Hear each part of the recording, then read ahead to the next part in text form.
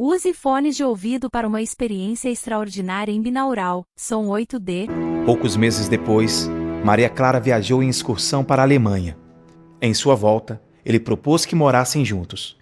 Clara teve dúvidas, questionou se era o melhor a ser feito. Ele perguntou: E se não houver amanhã? Como resposta, ela disse que sempre haveria, e juntou: Não estamos nos precipitando? Sempre pode ser cedo ou tarde demais. Não podemos saber tudo. Ele respondeu sem pestanejar, como se questionasse a si próprio. Perguntou e respondeu em seguida: Precipitado? Não. É a ordem natural para acontecer.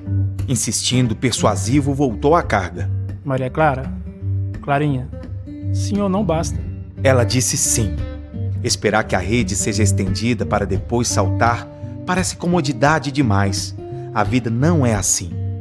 Geralmente os grandes tesouros, como o amor, exigem que se pule primeiro e confira depois se a rede está estirada.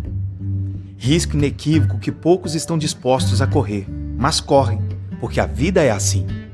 William sempre soprava nos ouvidos dela frases como: Nosso amor foi instantâneo. Não foi um flash que passou. Acredite, somos duas almas nascidas uma para a outra, e estar ao seu lado significa muito para mim. Ela já havia concordado. Não demorou em William ir morar com ela. Ele possuía o interesse raro das pessoas que buscam crescimento com esforço próprio. Clara gostava disso nele.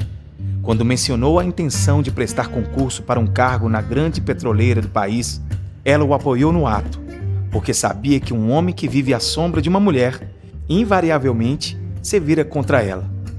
Não deixaria que isso viesse a acontecer com eles. O expediente intenso do banco não possibilitava que ele estudasse de forma adequada. Não fez diferença. Passou em 5º lugar no concurso de âmbito nacional.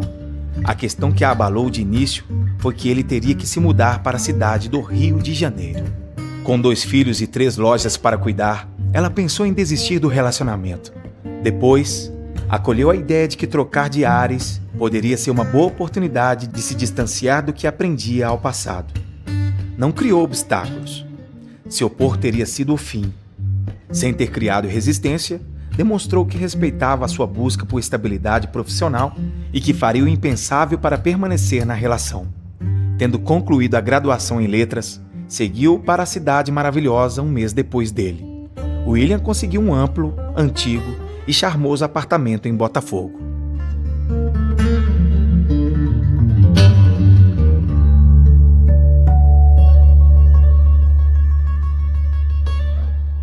Capítulo 21.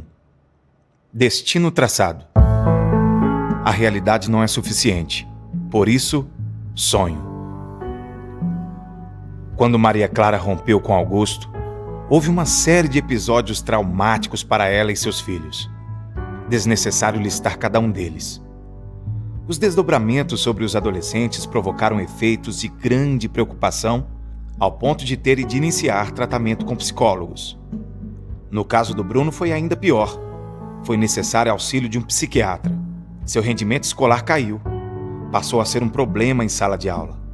Toda semana enviavam notificação, forçando o comparecimento da mãe na escola. Os médicos que o atendiam pediram que ela não pressionasse e sugeriram que ele poderia ter algum problema relacionado ao mesmo mal do pai.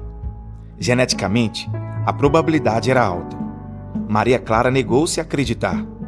Trocou Bruno de escola e os problemas permaneceram. Para alívio dela, ele conseguiu concluir o fundamental.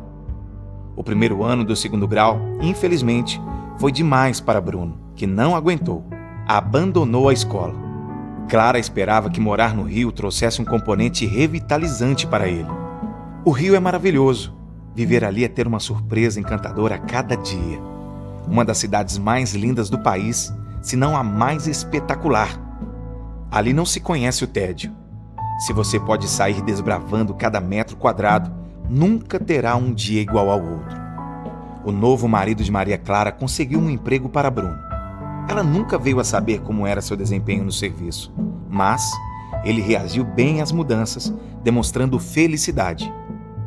Muito tranquilo, era pontual com os horários da empresa. Inquieta, Maria Clara desafiava as opiniões médicas, tentaria de tudo para ajudar o filho. Ouviu falar em um tratamento alternativo que ganhava fama de ser certeiro em ajudar famílias desesperadas. Descobriu que no bairro onde morava existia uma clínica trabalhando com a técnica conhecida como constelação familiar. Desenvolvido a partir da observação da tribo africana Zulu, era chamado com desdém por alguns de método pseudoterapêutico, misticismo quântico e coisas de medicina alternativa. Para Maria Clara e para milhares, se não milhões de mães em apuros ao redor do mundo, o método tem mostrado seu valor. Ao ser questionada, ela respondia aos críticos: Não importa. Uma mãe desesperada tenta todos os meios para ver seus filhos bem. Durante as sessões, Clara constelou Bruno e deu-se por vencida. Ele realmente carregava problemas iguais aos do pai: esquizofrenia hebefrênica, ou seja, esquizofrenia infantilizada. Este foi o devastador diagnóstico para Bruno. Arrasada, Maria Clara sabia que havia caído em um jardim de plantas mortas. De cama por um mês, remoeu mais uma tragédia de sua vida. Preocupada não pelas lutas que ela teria com o filho, mas por tudo que ele viria a passar. Continuaram com o tratamento psiquiátrico em Salvador. A cada 3 meses, Maria Clara viajava com Bruno para este fim. Morrendo de saudades, aproveitava para ver Sofia, que permaneceu morando na Bahia.